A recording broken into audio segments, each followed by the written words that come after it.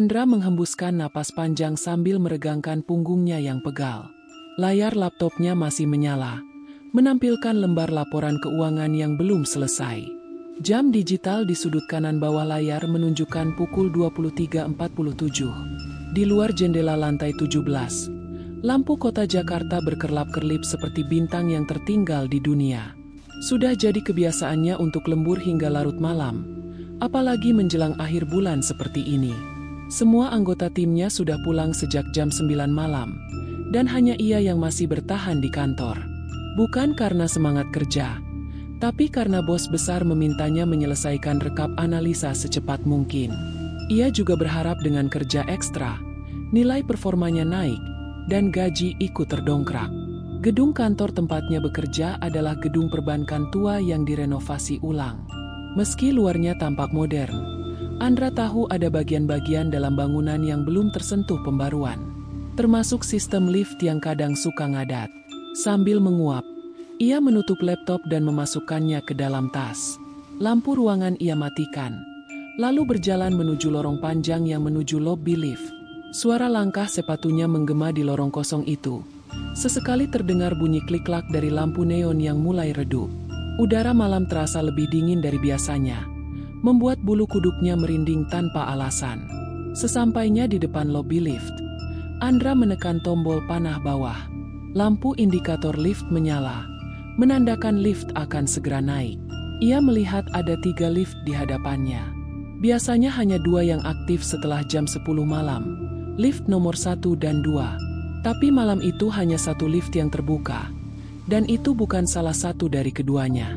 Di hadapannya, pintu lift nomor 13 terbuka dengan bunyi mendesis pelan. Andra mengernyit. Lift 13. Gumamnya. Ia menatap angka di atas pintu lift, memastikan bahwa ia tidak salah lihat. Benar-benar tertulis 13. Padahal selama hampir 5 tahun bekerja di sini, Andra tahu gedung ini tidak pernah memiliki lift nomor 13. Bahkan saat orientasi, pihak keamanan pernah bilang kalau nomor 13 sengaja dihilangkan karena alasan Feng Shui. Setelah lantai 12, langsung loncat ke lantai 14. Rasa ragu menggelayuti pikirannya. Tapi lift itu tetap terbuka. Lampu dalamnya menyala lembut, nyaris temaram. Meskipun lelah, naluri logika Andra tetap bekerja. Mungkin ini lift baru, atau sistemnya sedang direset. Bisa saja bug, atau cuma guyonan teknisi. Ia mengangkat bahu dan masuk ke dalam. Begitu masuk, pintu lift menutup otomatis, seperti biasanya. Tapi suasananya terasa berbeda. Lampunya lebih suram dari biasanya. Panel tombol tidak bercahaya seperti lift lain. Semua angka terlihat, termasuk lantai 13, yang seharusnya tidak ada di daftar.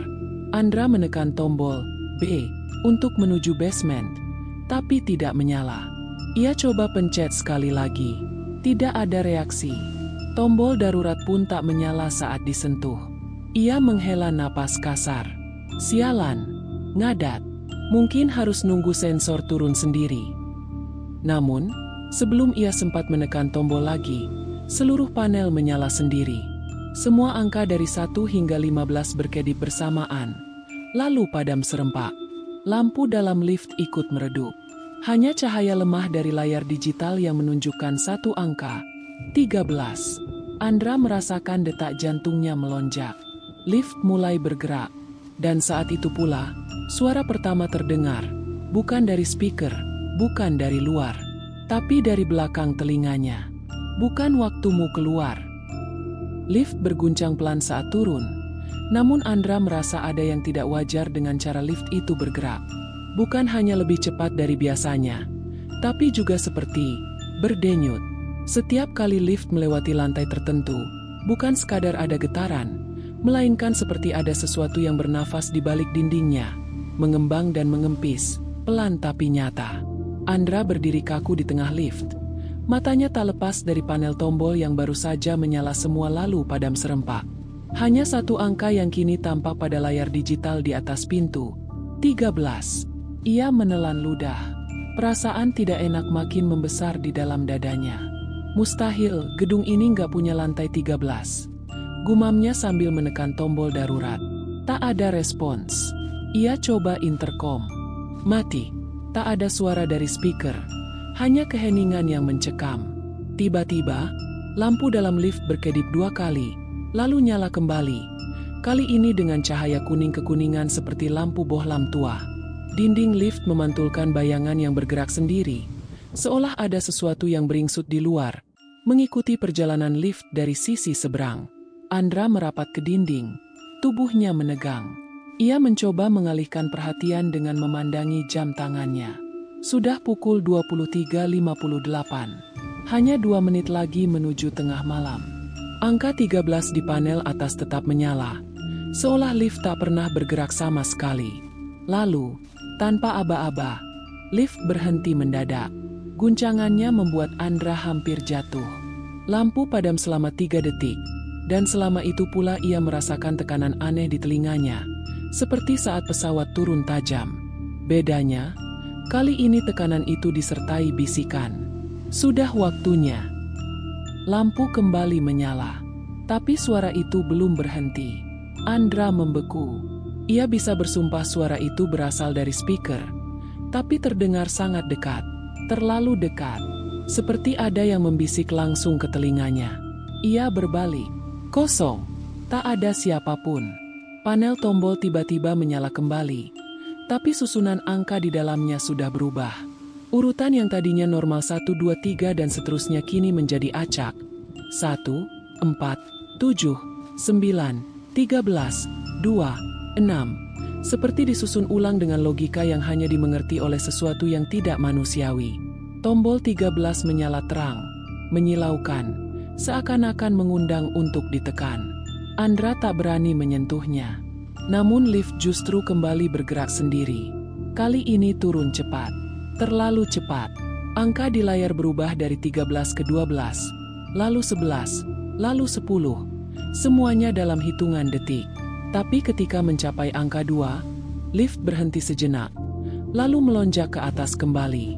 Angka melompat. 3, 4, 8, 12, 13. Lift berhenti. Pintu perlahan terbuka, disertai suara gesekan logam seperti kuku mencakar pintu besi. Yang terlihat di luar bukanlah lorong kantor modern tempat Andra biasa berjalan. Yang terbentang adalah lorong tua, gelap, panjang. Dindingnya berwarna kelabu seperti semen basah yang ditinggalkan. Ada bercak merah kehitaman di beberapa tempat. Bau lembab menyatu dengan aroma besi karat dan amis. Lampu di langit-langit lorong menyala satu-satu, kelap-kelip, seperti menyambut kehadirannya. Andra menoleh ke panel tombol. Semua angka telah padam. Bahkan pintu, klose, tidak lagi berfungsi. Di luar, terdengar langkah-langkah, pelan, menyeret. Andra mundur setengah langkah, berharap pintu lift menutup kembali. Tapi seolah lift itu tahu, pintu justru terbuka lebih lebar, menganga seperti mulut yang siap menelannya. Dan di lorong itu, di ujung kegelapan, muncul sosok perempuan, berdiri membelakangi, mengenakan seragam kantor yang lusuh, rambut panjang menjuntai menutupi wajahnya. Andra ingin berteriak, tapi mulutnya keluh. Lalu ID card yang tergantung di leher perempuan itu berayun pelan, terbaca samar. Nina, Divisi Data, meninggal 2020. Andra melangkah mundur ke sudut lift, tubuhnya gemetar. Jantungnya berdetak tak beraturan saat ia menyaksikan sosok perempuan itu tetap diam membelakanginya, tak bergerak 1 inci pun. Entah kenapa, keheningan itu jauh lebih menyeramkan daripada jika makhluk itu berjalan mendekat. Cahaya redup dari lorong menyinari sebagian wajah perempuan itu, cukup untuk menampakkan pipi pucat dan seutas senyum yang tidak wajar, seperti dipahat paksa di atas daging yang kaku. Nina? Suara Andra hampir tidak terdengar. Ia ingat betul nama itu. Nina adalah staf muda dari Divisi Data. Ramah, pendiam, dan seringkali lembur seperti dirinya. Tapi ia sudah meninggal 3 tahun lalu karena kecelakaan. Jatuh dari lift yang rusak. Dan yang mengerikan, kejadian itu terjadi di lift 13. Lift yang, secara resmi, tidak pernah ada. Seluruh gedung tahu soal insiden itu. Tapi cerita tentang lantai 13 hanya dianggap rumor. Gedung ini tidak punya lantai 13. Bahkan dalam cetak biru bangunan pun tak ada catatan bahwa lantai tersebut dibangun. Andra menatap lantai di luar lift. Lantai lorong itu retak-retak, berlumut, dan tampak seperti tidak pernah dilalui manusia. Bahkan karpet kantor yang biasanya menutupi lantai, di sini tergantikan oleh beton kasar yang menghitam karena lembab. Plafon rembes air. Dinding bergetar pelan seperti bernapas. Tiba-tiba, lampu dalam lift padam sebentar. Saat menyala kembali, Nina sudah tidak ada. Andra nyaris berteriak. Tapi sebelum ia bisa memproses apa yang terjadi, dari ujung lorong terdengar suara langkah. Berat, teratur, seperti seseorang atau sesuatu berjalan dengan kaki penuh luka. Dot, lift berguncang keras, seolah dihantam dari luar. Pintu masih terbuka lebar, memaksanya melihat ke lorong yang semakin gelap. Kini kabut mulai turun, menggulung lantai, merayap ke arah lift. Andra menekan tombol close berulang-ulang. Tak bereaksi. Tombol-tombol lainnya mati semua. Ia mengambil langkah gila, menjulurkan tangan keluar lift dan meraba sisi dinding, berharap menemukan tombol panggil lift dari luar. Tapi dinding itu bukan panel biasa. Terasa basah. Seperti daging hidup. Andra menarik tangannya cepat-cepat. Napasnya tercekat. Lift bergetar lagi. Tapi kali ini bukan karena hantaman, melainkan bergerak sendiri, tanpa menutup pintu, tanpa aba-aba. Ia perlahan naik. Pemandangan lorong 13 menghilang dari hadapannya. Tapi kelegaan itu hanya sebentar. Sebab layar indikator yang sebelumnya menunjukkan angka 13, kini berubah. Pelan-pelan, angka itu berganti menjadi simbol yang tidak ia kenal. Bukan angka, bukan huruf, hanya guratan mirip tulisan kuno, seolah dicakar oleh kuku-kuku tajam. Andra menunduk. Lantai lift berubah tekstur, menjadi lebih lengket. Ia bisa melihat bercak merah tua yang baru muncul. Bekas tapak kaki, bukan miliknya, tercetak dari dinding lift menuju tempatnya berdiri. Dengan napas putus-putus, ia coba berpikir logis. Mungkin ini mimpi. Atau aku sudah pingsan. Ya, cuma mimpi buruk. Halusinasi karena kurang tidur. Tapi ketika ia mencoba mencubit lengannya, rasa sakitnya nyata. Bahkan ia bisa mencium bau amis yang menyengat dari sudut lift. Bau darah basi. Lift berhenti. Lampu berkedip cepat. Lalu padam sepenuhnya. Andra berada dalam kegelapan total. Lalu, dari luar lift, terdengar ketukan pelan. Tok, tok, tok. Sejenak hening. Lalu suara pintu berderit membuka. Tapi Andra tak merasa pintu lift terbuka. Ini suara pintu lain. Di luar. Dan kemudian suara itu datang lagi. Bisikan yang tadi ia dengar di narasi 2. Tapi kini lebih jelas. Lantai ini bukan untuk manusia. Andra menahan napas. Ia bisa merasakan kehadiran seseorang atau sesuatu berdiri sangat dekat. Napas panas membasahi tengkuknya. Lalu terdengar bunyi kuku menggores dinding lift dari dalam. Pelan, menyeret, membentuk satu kata. Tinggal. Andra menahan napas, mematung di tengah lift yang kini kembali meluncur naik perlahan. Dinding lift yang semula kokoh dan bersih kini tampak seperti dilapisi kulit kusam, berurat, dan lembab. Lantai di bawah kakinya seakan hidup. Denyutnya terasa seperti nadi yang berdetak. Dia ingin berteriak, ingin menangis.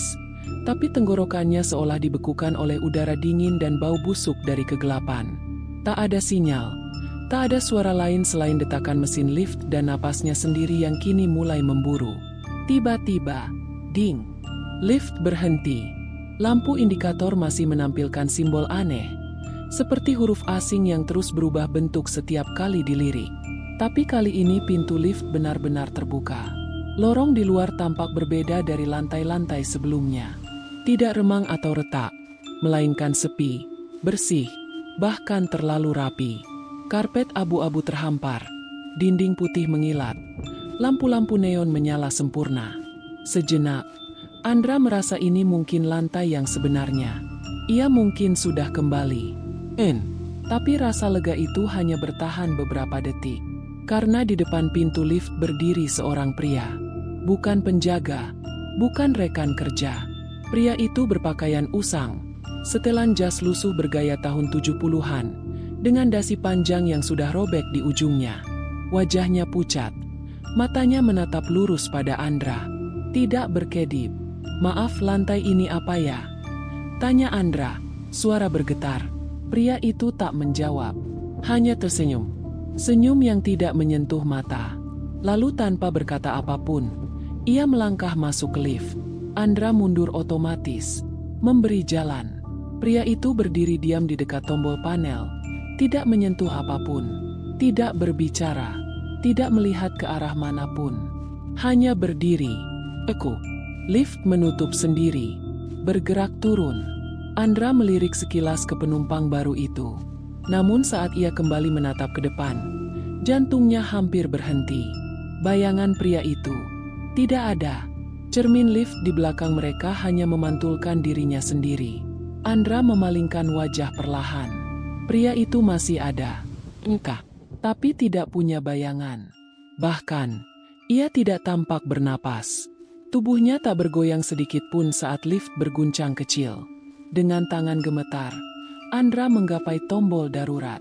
Tapi sebelum sempat menyentuhnya, pria itu berbicara. Suara berat, rendah, dan seperti berasal dari dalam sumur. "Sudah pernah turun ke bawah?"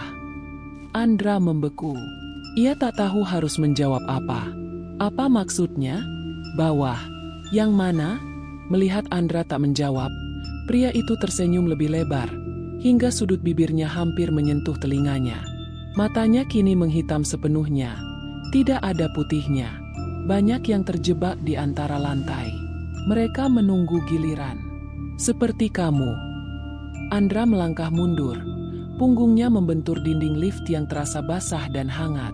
Ia mencoba menekan tombol stop, alarm, bahkan menghantam panel dengan tangan. Tapi tak satu pun merespons. Pria itu melangkah pelan ke arahnya. Dan setiap langkahnya meninggalkan jejak basah di lantai. Sepatu tuanya meneteskan air, atau darah, tak bisa dipastikan. Ding! Lift berhenti, tapi bukan di lantai manapun yang pernah Andra lihat. Pintu terbuka, menampakkan ruangan hitam pekat, tanpa ujung. Seolah dunia di luar sana adalah kekosongan. Pria itu menoleh ke Andra. "Ini lantai kamu." Andra menggeleng. Panik. "Tidak. Aku mau keluar di lobi. Aku bukan bagian dari ini." Namun pria itu mencondongkan tubuhnya, membisikkan satu kalimat yang menusuk telinga dan memorinya. "Semua yang naik lift 13, akhirnya akan tinggal." Lalu ia melangkah keluar, menghilang dalam kegelapan.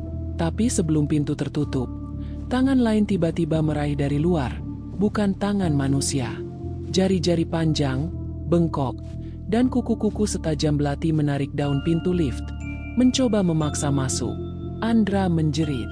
Tapi saat pintu tertutup sepenuhnya, tangan itu menghilang. Lift mulai naik lagi. Tapi kini seluruh tombol menyala sendiri, satu persatu, lalu mati.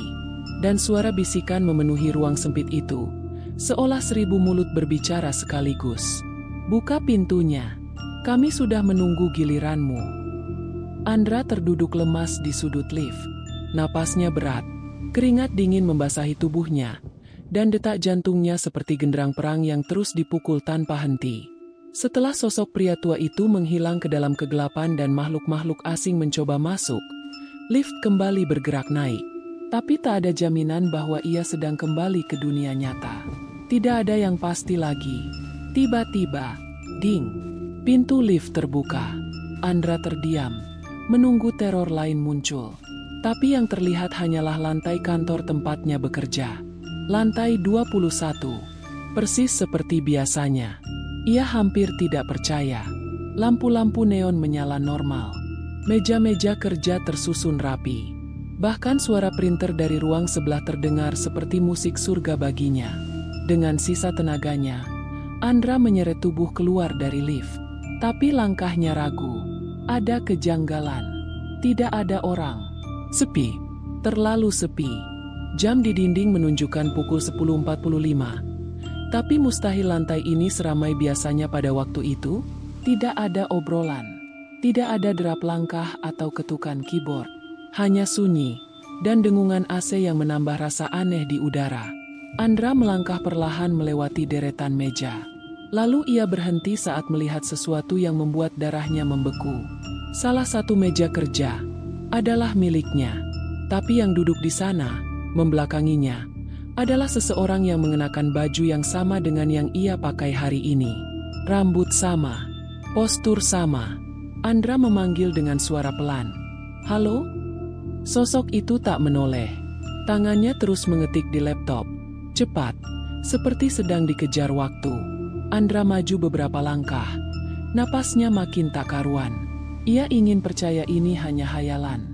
Tapi setiap langkah makin nyata. Dan ketika ia berdiri tepat di belakangnya, sosok itu berhenti mengetik. Lalu menoleh pelan. Wajahnya adalah wajah Andra. Persis, namun pucat. Bibirnya biru, matanya merah penuh urat darah. Dan dari sela-sela bibirnya, ia berbisik, "Kau seharusnya tidak keluar." Tiba-tiba, ruangan bergetar. Seluruh lampu berkedip, lalu padam serentak. Kegelapan menyelimuti ruangan, dan suara langkah kaki, berat dan basah, terdengar dari berbagai arah. Andra berlari ke arah lift, tapi jalan di belakangnya kini berubah. Kantor itu bukan lagi kantor. Dinding berubah menjadi bata lembab. Lantai menjadi tanah liat berlumpur. Suara tangis dan bisikan menyatu dalam lengkingan menyayat.